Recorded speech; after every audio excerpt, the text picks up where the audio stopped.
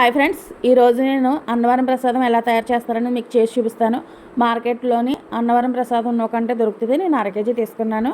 అరకేజీ ప్రసాదం నూక, జీడిపప్పు, కిస్మిస్, యాలకులు, నెయ్యి, పంచదార, నల్ల బెల్లం అనమాట.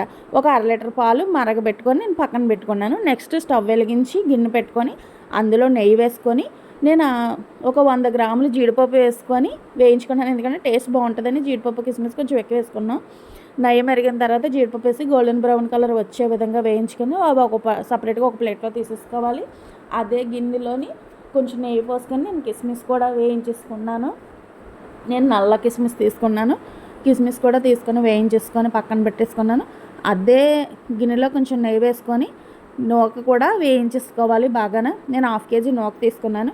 1/2 కేజీ నూకకి 1/2 లీటర్ పాలు, కేజీ నీళ్ళు, అంటే గ్లాస్కి 2 గ్లాసుల నీళ్ళును 1 గ్లాస్ పాలు అనమాట. ఇది గోల్డెన్ బ్రౌన్ కలర్ వచ్చే విధంగా వేయించుకున్న తర్వాత మంచి స్మెల్ వస్తుంది నూక. ఆ నూక బాగా వేగిన తర్వాత అది కూడా సపరేట్గా ఒక ప్లేట్లో తీసేసుకొని గ్లాస్కి 2 గ్లాసులు నీళ్ళు పోసుకొని మరగనివ్వాలి. నీళ్ళు బాగా ఎసరులా మరిగిన తర్వాత నూకను అందులో వేసుకొని ఉడకనివ్వాలి.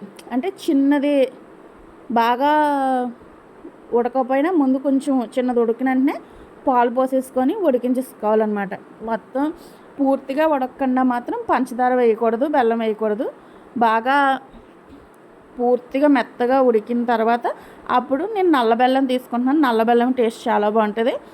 నేను 1/2 కేజీకి 1/2 కేజీ బెల్లం, 1/2 కేజీ పంచదార తీసుకుంటున్నాను అనమాట స్వీటు.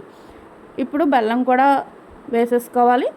ఆ బెల్లం కూడా కలిపేసుకొని ఆ ఉండలు లేకుండా మొత్తం కరిగిపోయిన తర్వాత పంచదార కూడా వేసేసుకోవాలి. పంచదార కూడా వేసిన తర్వాత మొత్తం కలిపేసి పాకం వస్తుంది, కొంచెం తీగ పాకం టైప్లో. ఆ పాకం వచ్చేదాకా బాగా చిక్కగా ఉడికించేసుకొని అందులో ఒక స్పూన్ యాలకుల పొడి వేసేసుకోవాలి. యాలకుల పొడి వేసేసుకొని అందులో జీడిపప్పు, కిస్మిస్ కూడా వేసుకొని బాగా కలిపేసుకోవాలి. మీకు అన్నవరం ప్రసాదం రెడీ అయిపోయింది.